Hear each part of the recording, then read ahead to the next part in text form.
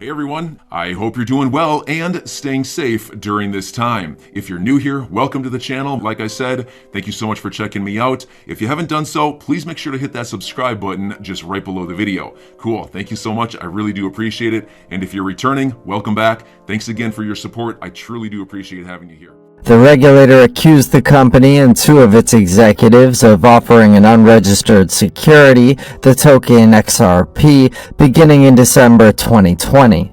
The legal battle appeared to be one-sided in favor of the SEC when it began, but time appears to be working in the payment company's favor.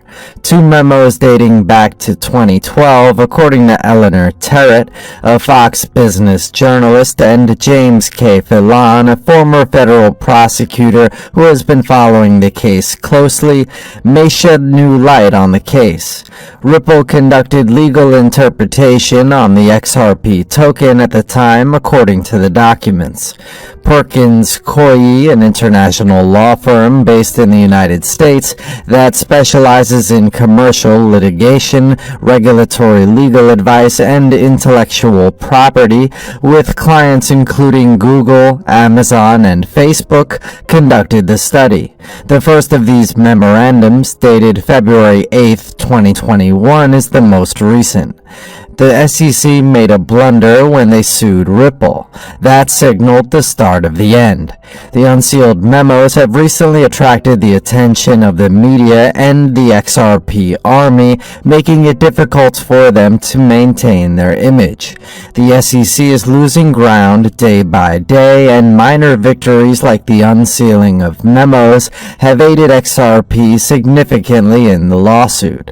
Jeremy Hogan, from the start, has been standing in the favor of Ripple. It is turning out that he was right all the time. He predicted that these unsealed memos will be able to help Ripple gain an upper hand in the lawsuit, and lo and behold, it has been. SEC currently has nothing against XRP, but we'll have to wait and see how things play out.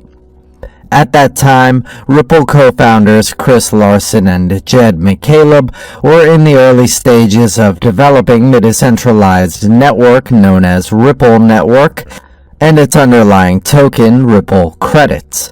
According to the first report, XRP would have been classified as a security, according to Phelan.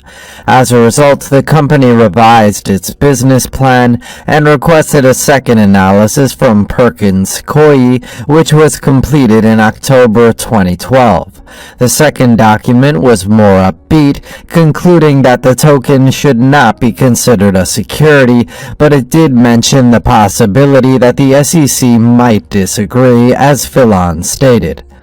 The memos, according to James Phelan, show that the company intended to be compliant and that it was assessing any potential risk 5 years before the U.S. regulator became interested in digital assets.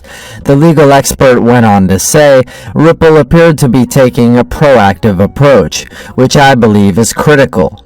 There's nothing in these memos that suggests Ripple was reckless or oblivious to any significant risks. The memos, on the other hand, suggest that Ripple was being cautious. The document concluded that XRP was not an investment contract, according to Ripple's general counsel, Stuart Alderoty. As a result, the documents may jeopardize the regulator's case, which has been in the works for over a year.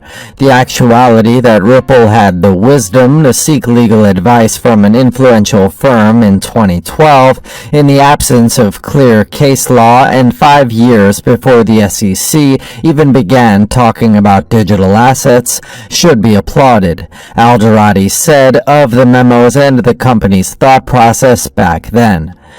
Regarding the recent documents that came to light, Brad Garlinghouse, CEO of Ripple and one of the SEC's accusers, said, "The truth is out in the open for all to see.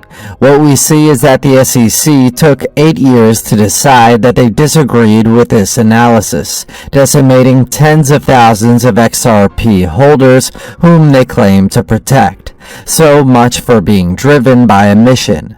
Gabriel Shapiro, general counsel at Delphi Digital Labs, adds his comments to the memos. Similar documents, according to the legal expert, would be unlikely to reach the same conclusion as the legal and regulatory scenery changed.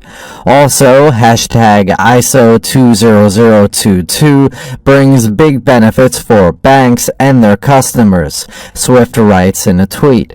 Learn how the standard is transforming cross-border payments and how the financial industry is preparing from at Deutsche Bank and HSBC. ISO 20022 is more of a messaging format to bring everyone up to speed. So in terms of market movements, there's nothing out of the ordinary to expect. We can't sit here and predict that ISO 20022 will skyrocket the value of these digital assets. But one thing is certain, ISO 20022 will usher in a massive revolution in the banking industry. Let's try to connect the dots with some of these banks while we're at it. Deutsche Bank is the first in this list. This, on the other hand, has only a smattering of ties to Ripple. On the other hand, we have HSBC, which has a strong relationship with Ripple. In case you're curious, HSBC is the bank that collaborated with Swift on the overall tokenization breakdown. Swift has recently spoken more about their partnership with HSBC. Apart from that, when it comes to the top 100 banks and Ripple, HSBC is ranked 7th among the banks that are already Ripple customers through SABB. This is a cross-border instant payment option based on Ripple. Most of you are probably wondering what SAAB has to do with any of this, but as previously stated, the direct link between SAAB and HSBC is what makes this significant. Cross-border payments can only be made with the help of XRP, which is something that everyone should keep in mind. Moving on, we have this tweet from @Cash9, which says, DBS Digital Exchange offers trading services between Bitcoin, Bitcoin Cash, Ethereum, and XRP, as well as US, Singapore, Hong Kong, and yen dollars. Our goal was to build a platform that could serve the entire digital asset value chain, from deal origination to tokenization, listing, and trading through a trusted and regulated bank franchise, says Kui1. We're not just talking about widespread cryptocurrency acceptance here. We're also talking about widespread retail adoption. XRP is one of the few digital assets that is widely used in the retail sector, as we all know. What's more interesting is that in a few years, XRP will most likely be the top-ranked asset when it comes to cryptocurrency adoption. Our global payout solution is driving payments for Ripple, GrabSG, Alipay, and WeChat Pay, says @Tranglo in another fascinating tweet. These are some of the most well-known fintech firms. Now, if you pay attention, you'll notice that the majority of the solutions revolve around cross-border payments. The upsurge of cryptocurrencies, one of the most significant financial dynamics in recent years, has increased pressure on regulators to exert greater control over the sector, while also safeguarding investors. The rapid popularity of digital tokens, according to a top official, has made the creation of a central bank digital currency a more urgent prospect, particularly as a multi-agency discussion over crypto regulation unfolds. We strongly favor an immediate examination of CBDC. Treasury Under Secretary for Domestic Finance Nellie Liang said in a Yahoo Finance interview last week, but stopped short of adopting one outright. It could be implemented in a variety of ways, each with significant financial system implications. On all fronts, we applaud the efforts in this area. According to the official, a Fed coin will most likely define how stable coins and CBDCs will coexist, which she believes is possible. Nonetheless, Liang believes that a CBDC could eventually replace stable coins, depending on the features that the Fed chooses for it if it decides to pursue one.